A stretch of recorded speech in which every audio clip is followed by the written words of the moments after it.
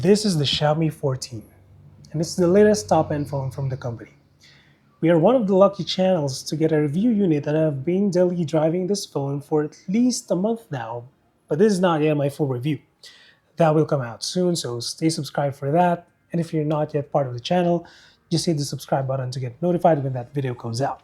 So right off the bat, the design of the Xiaomi 14 is not that different from last year's 13, at least for the white variant that we have here.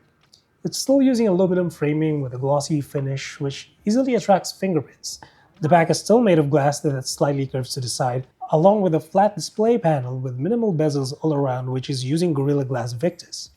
This is still IP68 rated and you can get this in jade green, but the black model boasts a matte finish to keep fingerprints to a minimum. But really, not a lot has changed with the design except for the relocation of the camera branding on the back. The only way you will know that someone is using the latest Xiaomi 14 is by figuring out that the Leica branding is now in the middle of the cameras. But the other thing to note here is that Xiaomi is getting rid of the Pro model and instead keeping the Ultra branding alive.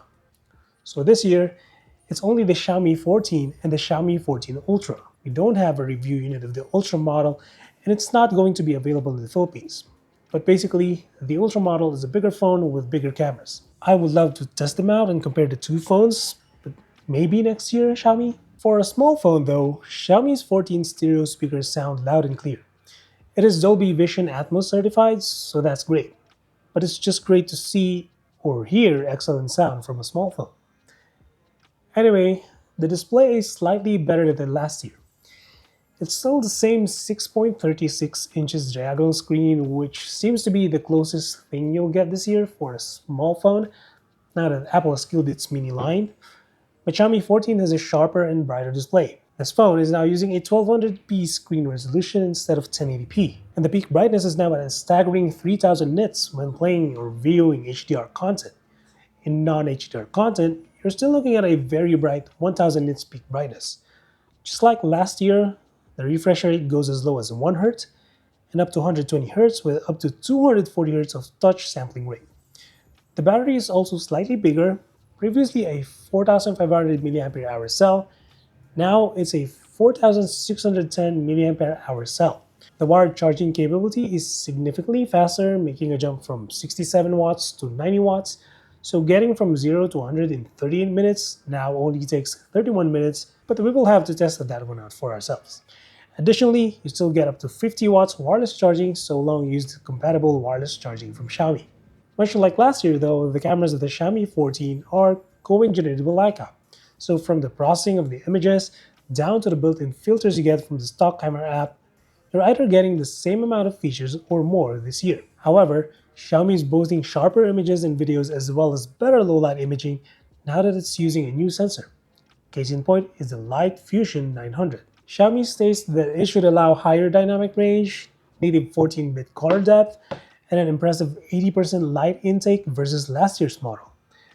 In other words, you should get sharper and brighter photos in low light with a crisper bokeh effect. The upgrade in the sensor seems to match the upgrades in optics as well.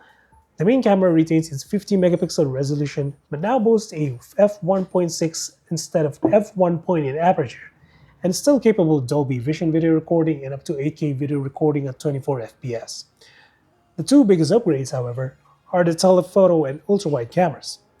In terms of resolution size, both are now capable of 50 megapixel, a big jump from 10 megapixel of the telephoto and 12 megapixel of the ultra-wide. So expect sharper output from all three lenses with their upgraded optics. The telephoto camera also acts as a macro camera, and based on my testing so far, the results I get are actually pretty good. The selfie camera is still a 32 megapixel sensor, but you now get up to 4K at 30 FPS video recording, an upgrade nonetheless. Although the design hasn't changed much, I do appreciate the upgrades in other aspects. Most people usually put a case on their phone anyways, so having a better display, better battery, and better cameras, upgrades that really matter in day-to-day use is something people like me value most over design and aesthetics. What I noticed though, as far as comparison with other flagship phones, particularly Samsung's S24 series, is a lack of AI features. Although we're looking at a general improvement of at least 30% compared to Snapdragon 8 Gen 2, AI is really at the forefront of the latest Qualcomm flagship chip. You don't get here some of the AI magic like isolating and repositioning the subject, or searching a part of an image, or translating and transcribing audio recording in real time. None of those AI features are here except for removing objects or people. But does it really matter? I mean, you can still search within an image by using Google Lens, which is a downloadable app on any Android phone. And while you won't be able to reposition a subject, you can still remove people in the background using the stock camera app. I do see the quick translate feature to be useful in some cases, but Google Translate, another downloadable app, can do the same thing, albeit requiring an internet connection and some additional steps. I'm not sure what is the logic behind the lack of these AI features on the Xiaomi 14, but I do have a theory. Xiaomi is a company that thrives in ads, and they're adamant about making their phones as cheap as possible, even if they don't get any profit from it. Adding these AI features might make the cost of the device much higher. I mean, just take a look at the Samsung Galaxy S24. Those AI features will stop being free in 2025 and will be offered in a subscription type of service. Google AI is also not free, and it's already bundled with their Google One subscriptions. So seeing the Xiaomi 14 lacking any of the AI features is not a surprise at this point. As of making of this video, I have no idea how much the Xiaomi 14 is going to cost, but it is going to come in two models, 12 and 256 GB and 12 and 512 GB.